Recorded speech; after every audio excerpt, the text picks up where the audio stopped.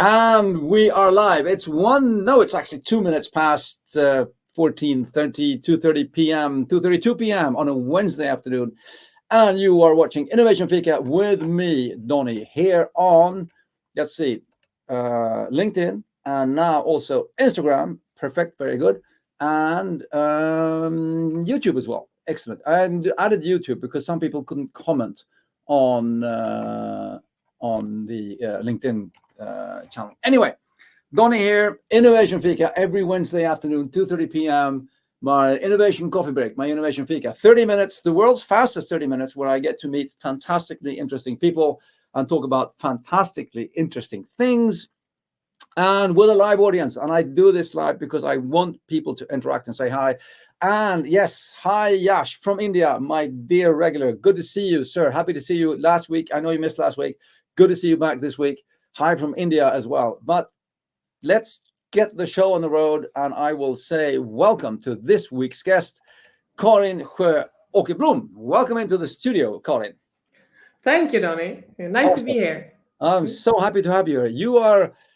You're up north, I hear. Yes, among the polar bears. Yes, and the reindeers. Exactly. Do you still have snow where you are? Actually, it came some snow this morning, but now I think it's gone. It's sunny now, but it's been really much snow this winter. So some snow still here. Yes. It actually snowed here in Stockholm yesterday morning, as in like tiny flakes that just sort of came down through the air, and then they just disappeared. But that was actually snow in the air yesterday as well. But of course, in Stockholm, we feel that we're sort of way south, and we feel that you're sort of way north. But everybody else in the world sees us all as like sort of, whatever. Anyway, welcome to the show, Karin. Thank you so much for spending this 30 minutes with me today and the rest of the people in the world. Thank you. And everybody that does come online, please introduce yourself online, say who you are, where you're from, and let's get the networking started, because we do this live in order to get comments and everybody online as well. So here we go. Karin, let's start with you. Who are you and what do you do? Yes, what do I do and who I am? I'm a woman, CEO at a tech company. I live here among the polar bears, and I like cooking, exercising, being out in the nature, and we work with digital transformation and digital business development at Tromb. So that's very short who I am and what I do. Yeah, and the company name is Tromb, Tromb, yes, right? And yes. and how many people in the company? Around 60 people. 60 people. And I know that you are. I mean, I found you on LinkedIn, and as I wrote to you, I read everything about you, right? But by the way, everybody, make sure to follow Karin on LinkedIn. She's well worth following for the content that she publishes there. So follow Karin on LinkedIn as well, of course. But I know that you're an advocate for equality and diversity in the workplace, and being the CEO of a IT company. What that wouldn't be the first thing that you think about, because I'd say that in general we have maybe an old image of IT companies in general, but you're actually the second female CEO of an IT company that I'm interviewing now. So we need to change the image of what's going on. Yes, please, let's do that. Yeah, but what's your sort of take on the whole sort of tech bro, IT thing, sort of, and how do you work with the whole equality thing? Yeah, I mean, I'm an engineer from school, and when I was a little girl, I didn't think that the least thing I wanted to be was an engineer. I didn't know what they did, and I thought it was boring, and I loved mathematics, physics, chemistry, everything, all the technical school thing, but I didn't know what an engineer did. And then I started thinking, what do I like to do? What am I good at? And I like to solve problems and kind of creative, how to solve them and to do that together with other people. And then I realized, oh my God, that's what an engineer is doing, solving problems together with other people, being creative and using technical skills to do that. So that's when I got into the technical part and engineering part. And I work with a lot with the product development and production development, more like in industrial things. And then I started realizing that IT and tech is a lot of product development and service development is depending on the IT and the tech to be a better service and better for the user and so on. So I got really interested in tech and IT. So that's kind of the background. I believe that product development and IT and tech, everything in this matter is problem solving and a creative process. And I don't think that's either female or male. I think that's both. That's a human thing to wanting to create a better world and a better solution, and feeling frustrated about products and services that doesn't work, that doesn't have an interface that communicates with you. So I think it's old fashioned, I would say, to think that it's male or female. I think it's we need both, and we need everyone to be able to do more innovation and more creative stuff, because we need to be different to be able to create the good shit. Yeah. Thankfully, this is always being recorded. So you've just given me the best sales pitch for why to become an engineer that I've ever heard before. Solve the good shit or what?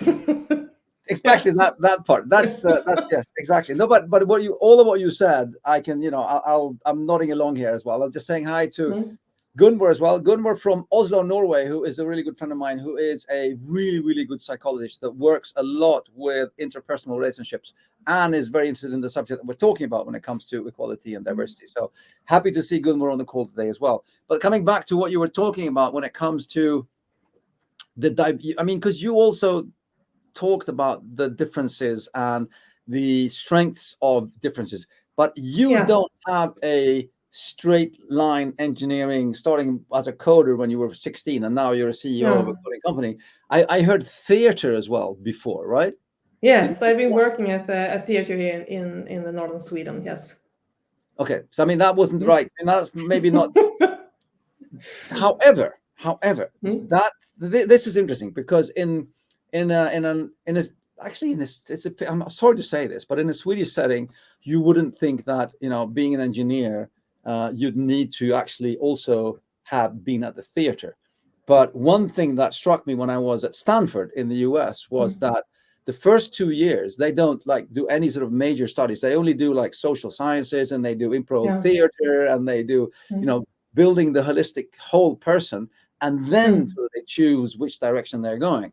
And I'd say that if we had just improv theater courses on all schools in Sweden, we'd have much, much, much better engineers as well. Well, people in general. But I think so too. What in your experience, and I know we're kind of sort of not getting off track here, but we're still on track. But no, we're talking about theater specifically. What did you learn and build with yourself working with theater that you now brought into your sort of leadership and the IT sort of problem solving where you are now? Yeah, I would say to trust the process. That we are going through a process to create something and to solve something. I think it's not the same process within theater, but you need to be safe and secure within your team to be able to be creative. And that you have this deadline, and this deadline you should be. This is the definition of done. Here you are done with your creation, and theater is also very agile. You have the plan and you have the script and you have everything, but you need to try what is working. You try together with the audience and see okay, this doesn't work, they don't understand this, this is a better way of doing it. So it's also agile way, but they don't say that they work agile with the theater, but you work with problem solving towards a target and a deadline, and you need to be safe and secure. I think very likely to very similar to problem solving and IT.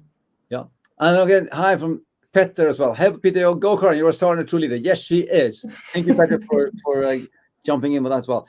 I will definitely agree with you on that part, and I just have a small anecdote there, because there's this place in Stockholm called Norra Brunn, which is a stand-up comedy scene, and if you go there on a weekday, like a Wednesday, you can see actually, you know, the big stand-up comedy stars practicing and trying out new material, the stuff that you'll see a year later on the big stage. And then when you see them on the They're big prototyping. Prototype, exactly. And when you see them on the big stage, you don't realize that they've actually spent like a 6-month stretch trying stuff that didn't work, that tanked and failed terribly, and that didn't work. And then, you know, next Wednesday they do go up and they do try something new. And then when they find something that works and resonates with the audience, then they package that and then they put it on the big stage. So it's very agile indeed. And I think that's I love the part where you also talk about co-creation with the audience, where you're actually you're listening to what you're getting back, and that's really that's something you want in anybody working with any kind of consultancy as well, is the whole sort of feeling of co-creation as well as also. But that's one thing. And then you talk also about the importance. Well, you said, you know, male and female, and it's just, you know, everybody needs to be on board. But how have you practically gone about trying to work and create a workplace that is more diverse? I mean, how do you do it? I believe it's I think it's two different things. The one thing is the quantity. How many people are you, and how diverse are you in in the numbers? And the other thing is you can be inclusive and have an including culture, and not have the numbers right because you have a good culture. So I think you need to work with both, because do you have the numbers, you get something for free, because it's easier to understand people and be more inclusive if you work with them, and you get you get sort of a feeling of how to be someone who isn't within the norm. So I think you need to work with both, and I think to get the numbers more right, you need to work with the culture, because otherwise people who aren't in your norm within your company won't stay. Even though you can attract them, they can start it at your workplace, they will leave if the culture isn't good. So you need to work with both the numbers and the culture. And I think it's very much about the safety and to feel secure within the team, because then you can communicate and say, this doesn't feel good. When you say like this, I feel excluded, I'm offended, or whatever. But if you don't have this safe space, you will not say this. You will be quiet, and you will feel bad within and feel it's my fault, and I'm not what do you say? You feel awkward and not comfortable. So I think this safety and I don't know if the right word is safety. You feel secure within the team. That's very, very important, and I think that's much about the leaders to be able to be vulnerable and to speak about your my brister. What do you say in English? My faults and failures and my flaws, my failures, and say, I'm not good at this, I'm trying, this went wrong, can you help me? To be able to be brave enough to ask for help and to say, this wasn't good, how can I do this better? I think that's very important for all the managers and in the leadership to do this, so all the people will be brave enough to say, this wasn't good. You need to change this, because then we can become better and better and better, and to create the culture that is inclusive and everyone can say, this is not working. We need to improve. I think that's the key. Yeah. Again, so many things that you've just said we could sort of pick out and make a whole session about only that. But I think that I mean, for one thing, that what I'm hearing you saying is, I mean, it doesn't come for free. It takes work, and you actually have to be. I'll never forget. I got a question. I was doing a leadership training with the students at one of the business schools, and I was going through sort of, we had this thing where they had to write down what they felt was a good leader, and they sort of wrote down lots of things, and of course everybody can sort of say what they feel would be that kind of thing. And then one of the students said, well, I've been working for a couple of years off and on now, but I've never met anybody who has all of this, and how come there are so many sort of bad leaders out there? And my only answer was that, you know what, it's everybody is a whole person with both good and bad and yin and yang. Yeah. And it actually takes a lot of hard work to be you have to be engaged, you have to care, you actually have to spend time and effort on it. And many of our leaders today, they are so forced into paperwork and admin that they forget that they're actually a big part of their job is actually to lead and to create the best possible environment for their people to thrive as well. And that's sort of kind of forget that part, which is a pity, I think. And I think that you are a really good example of people, somebody who sort of has it sort of top of mind of what you need to work with hands on. I'll just say you're never done. I think that's very important to know, that you have to have the ambition, as you say. You need to be humble about that. You are never done. You will always need to work on with it, and then you need the time. But if you haven't got the ambition, it doesn't matter how much time you have for the people. So I think that's one of the keys. But that's another thing. I mean, you can't go out and say to people, "We are this company," because if you say something that people don't believe, they'll go, "No, we're not," and that's not, But if you say, "We want to become this company, help us become that," then you shift the dynamics and you get people maybe to buy in a bit more. So I know that one of your other key sort of, we're coming to your, goodness, it's 10 to 3. Your top, I know one of your big things is, keep evolving and always move steps forward. So that's one part of it. I will just say to everybody online, make sure to ask your questions or post your comments, because we have 10 minutes on the clock. It's a half an hour coffee break only. So, but moving on then with Karin Sjöö Åkebloom about leadership for equality and diversion. If we have some concrete, because I mean, it's one thing to just say, "Oh, I'm going to go out, I'm going to be a nice, cool person, and everybody will be nice and cool around me," but it's not enough. I mean, culture and how we are is one thing, but I know that you have some sort of more sort of hard, clear tips, and I thought we'd sort of start working with your here, Karin's top 3 tips. Look at this, Karin's top 3 tips for leadership for diversity and inclusion. So tip number 1 is prove the point. And what do you mean by that? Yeah, I think it's when you talk about inclusion and diversity, as you said, it's a lot of words, and you want to be this, and I think you need to start with the hard facts. If you are more inclusive, if you are more diverse, research shows that we tend to be more innovative. We get more well-being at a company. And of course, the innovation and well-being will imply that we will have more business, and the business will thrive, and the prosperity and of course the income and the result will be better. So I think you need to start with these hard facts, and then you get the board to be more. Then they of course they want to make more money. I mean, that's the thing in a company. So if you can show them the research, this will make us make more money. We need to be more diverse. then we can get to the second point that we'll get to in this, and that is, if you get them to understand this, this is very important for us to make more money. We need to be more inclusive, more diverse, to be more innovative. And then you put up hard KPIs, and because you get what you measure.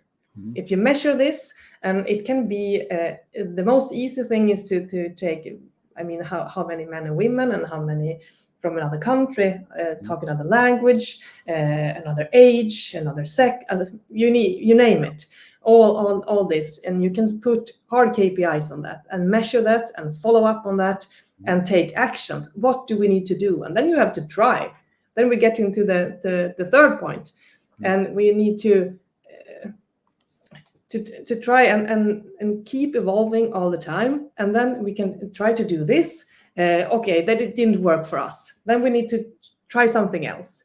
So just because one thing didn't succeed, we can't stop there, because then we need to try even more, and this is also problem solving. So and I don't have the answer for everyone, not even for us. We are still trying to be better, and just be humble about that.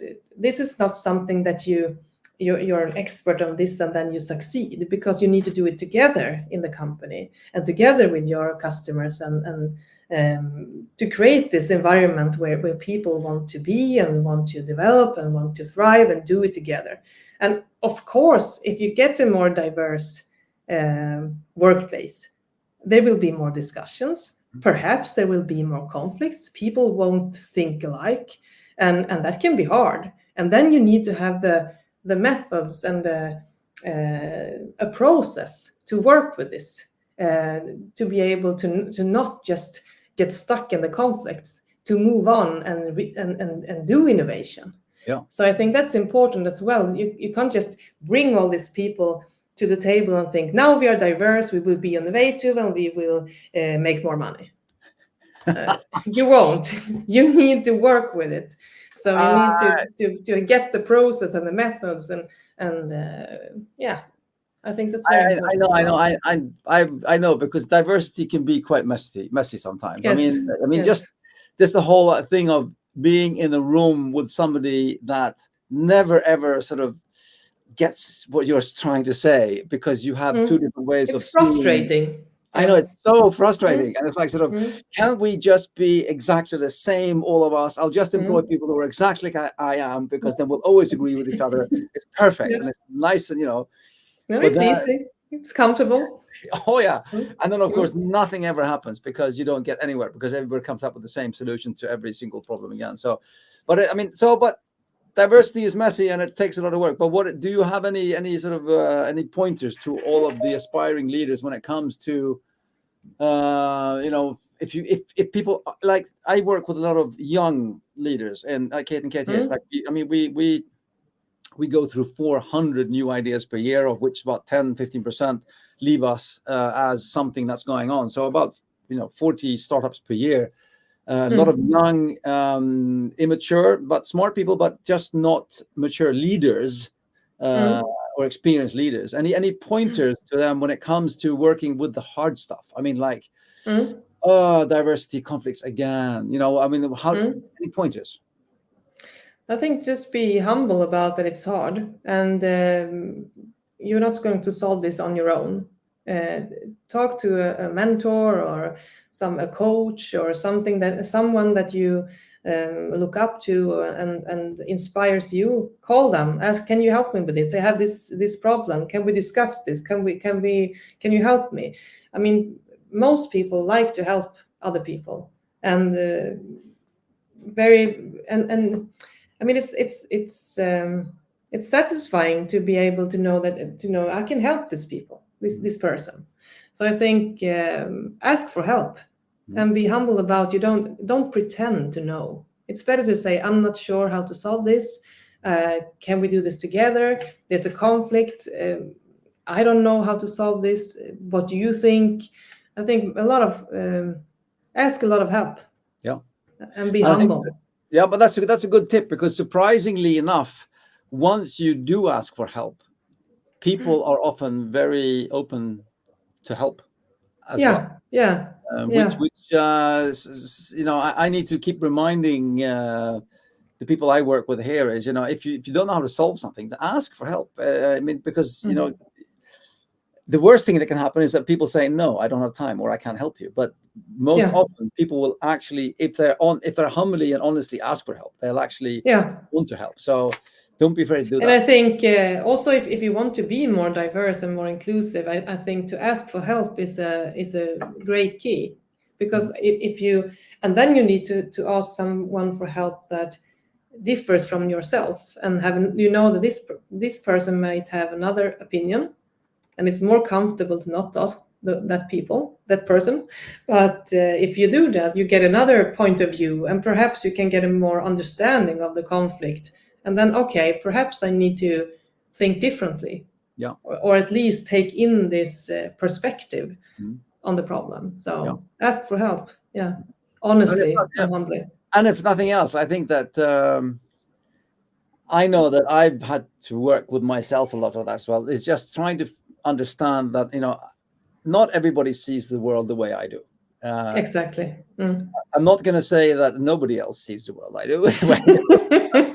But I will say, and it's just getting to the point where you can understand at least where somebody's coming from. That doesn't mean that you have to accept everything that they're saying. It's just saying that understanding where they're coming from, and that's the first step to sort of bridging the gap between, because it's in the middle ground between the people. That's where the magic happens. It's not in you know, over on your side, or it's not me right or you wrong or whatever. It's like when we actually get to a point where we can talk about things and see that, you know, the synergy of our both of us actually creates something bigger than parts. And not to be afraid of disagreeing. I think that's also a key. And as you say, in the gap, I mean, we understand each other, we respect each other, we don't have to agree. And then we come to a decision, and perhaps not everyone is not keen on the decision, but we can still move on.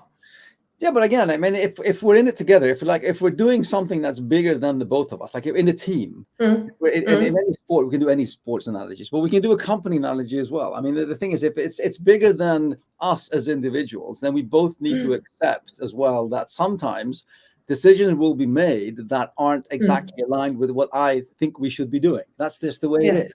That's exactly that's like any relationship, for Christ's sake. It's a give and take thing, right? So anyway. It's 14:59. We're almost on the nose, 3 o'clock. This is a short, I told you, it's the fastest half an hour in the world. Thank you, everyone, for being online on YouTube and LinkedIn. Here's comments from YouTube. Don't be afraid to ask at worst. I say no. Thank you, Yash, from India. We've had people from Norway. We've had lots of people on Instagram Live as well today.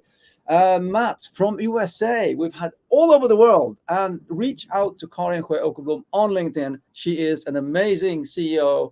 We'll write lots of really good content on LinkedIn about both diversity and equality and leadership as well. So follow her on LinkedIn. Thank you, Karin, so much for being on the show with me today.